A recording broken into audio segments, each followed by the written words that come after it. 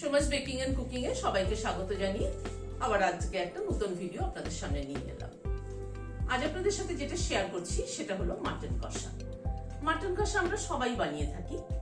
আমি যেভাবে বানাই আজ সেটা আপনাদের সাথে শেয়ার করছি। দেখুন আপনাদের কেমন লাগে। এখানে 1 কেজি 250 মাটন নিয়েছি। মাটনটাকে ভালো করে ধুয়ে পরিষ্কার করে নিয়েছি। এবার এটাকে একটু সাইডে সরিয়ে রাখছি। আমি একটা মশলা থেতো করে নেব। এখানে 8-10 কোয়া মতো রসুন নিলাম, 2টো কাঁচা লঙ্কা মাঝখান থেকে অর্ধেক করে দিয়ে দিলাম, সামান্য পরিমাণ একটু নুন দিলাম। নুন দিলে একটু থেতো করতে সুবিধা হয়।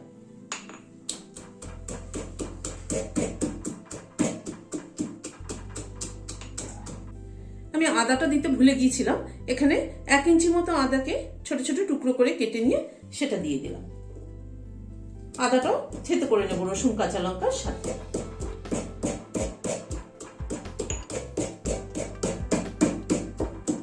মশলাটা থেতো করে নিলাম।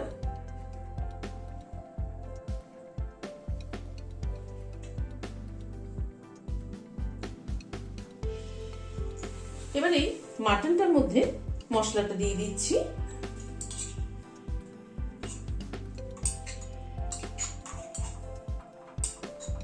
হাফ টিস্পুন হলুদ দিলাম। এখানে 150 গ্রাম দই আছে, টক দই, এটা দিয়ে দিলাম। টেবিল চামচের 8 টেবিল চামচ সরষের তেল দিয়ে দিচ্ছি। এখানে 1 টেবিল চামচ মতো সরষের তেল দিলাম। এবার এটাকে মেখে নিচ্ছি।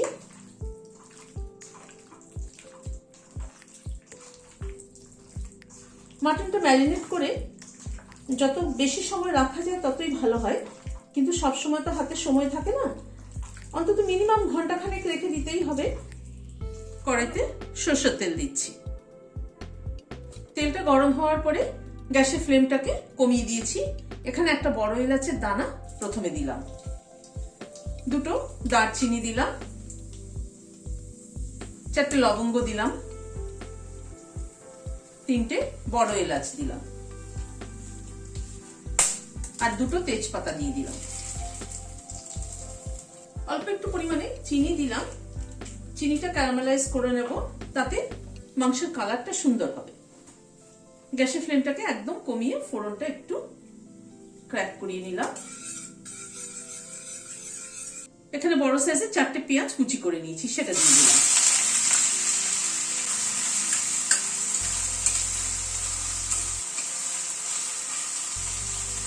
পেঁয়াজটাকে আগে হালকা করে একটু ভেজে নেব। গ্যাসের ফ্লেমটাকে মিডিয়ামে রেখে পেঁয়াজটাকে হালকা করে ভেজে নেব।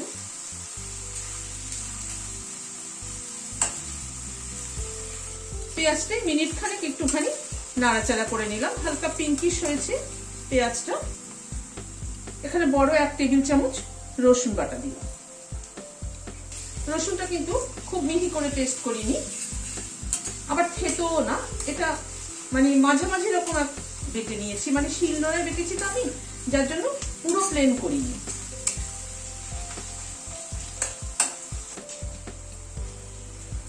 রসুনটা দিয়ে একটুখানি হালকা ফ্রাই করে নিলাম পেঁয়াজের সাথে। 1 টেবিল চামচ উঁচু উঁচু আদা বাটা দিলাম।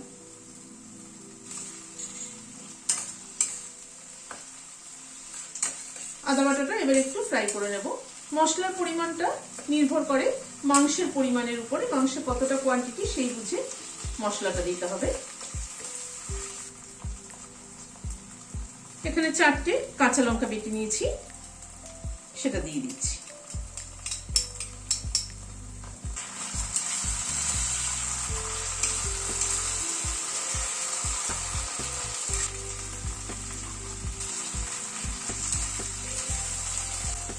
আদা রসুন পেঁয়াজ সবটা একটুখানি ফ্রাই করে নেওয়ার পরে কিছু গুঁড়ো মশলা অ্যাড করছি। 1 teaspoon Kashmiri red chilli powder.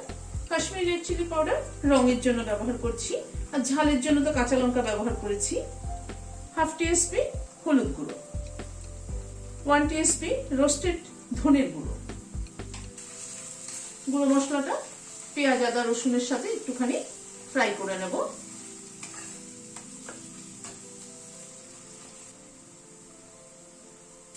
গুঁড়ো মশলাটা একটুখানি কষিয়ে নেওয়ার পরে এখানে দুটো টমেটো কুচি করে কেটে রেখেছি, সেটা দিয়ে দিলাম।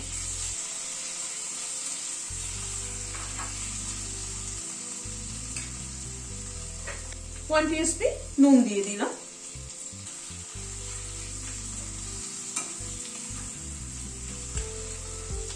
নুনটা মনে হচ্ছে আর একটু লাগবে, আর হাফ টিস্পুন মতো নুন দিয়ে দিলাম।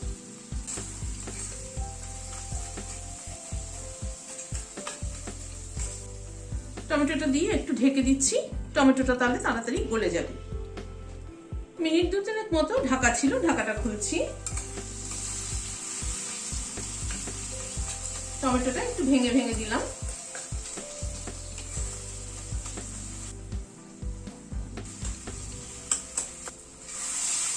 টমেটোটা একটু কষিয়ে নেওয়ার পরে এবার মাটনটা অ্যাড করে দেব। মাটনটা অ্যাড করে দিচ্ছি।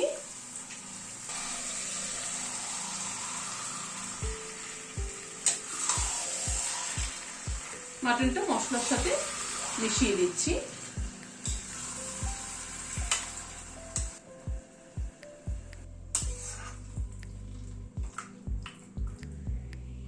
মাটনটা মশলার সাথে মিশিয়ে এবার একটু ঢেকে দিচ্ছি। গ্যাসের ফ্লেমটাকে মিডিয়ামে রেখেছি। মাটনটা ধীরে ধীরে কুক হোক। মিনিট 10 মতো ঢাকা ছিল, ঢাকাটা তুললাম। মাংসটা থেকে প্রচুর জল বেরিয়েছে। মাঝে আমি একবার ঢাকা খুলে নেড়ে দিয়েছিলাম।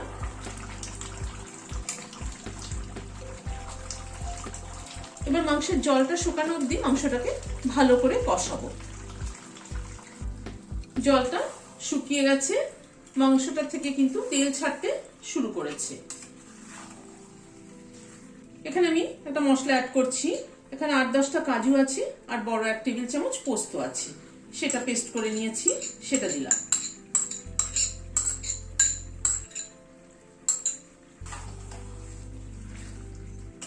কাজু আর পোস্ত বাটাটা দিয়ে আর একটু মাংসটাকে কষিয়ে নেব। তবে কাজু বাটা দিয়ে কিন্তু নাড়তে হয় সমানে, তা না হয়তো কাজু নিচে মানে কাজু বাটা দেওয়ার পরে নিচে লেগে যাওয়ার টেন্ডেন্সি থাকে। গ্যাসের ফ্লেমটাকে মিডিয়ামে রেখে আবার একটু মাংসটাকে কষিয়ে নিচ্ছি। কাজু পোস্ত বাটাটা দিয়ে আরো 2-3 মিনিট মতো কষিয়ে নিলাম। এবার গরম জল অ্যাড করে দিচ্ছি।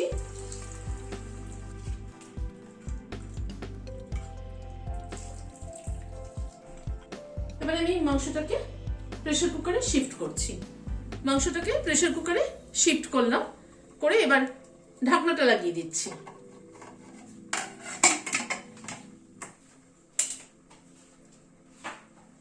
গ্যাসের ফ্লেমটাকে হাই করে দিয়ে 4টে সিটি দেব।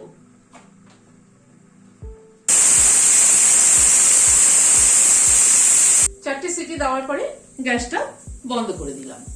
এবার প্রেসার কুকারটা ঠান্ডা হওয়া অবধি অপেক্ষা করব। প্রেসার কুকারটা পুরো ঠান্ডা হওয়ার পরে ঢাকনাটা খুলছি।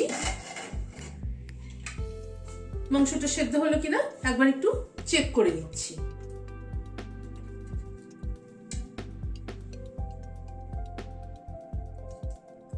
হ্যাঁ, খুব ভালো সেদ্ধ হয়ে গিয়েছে মাংসটা। এবার আবার গ্যাসটা একটু ধরিয়ে দিচ্ছি। 1 টিস্পুন ঘি দিয়ে দিলাম আর সামান্য পরিমাণ একটু গরম মশলার গুঁড়ো দিয়ে দিলাম। দিয়ে একটু নেড়ে দিচ্ছি।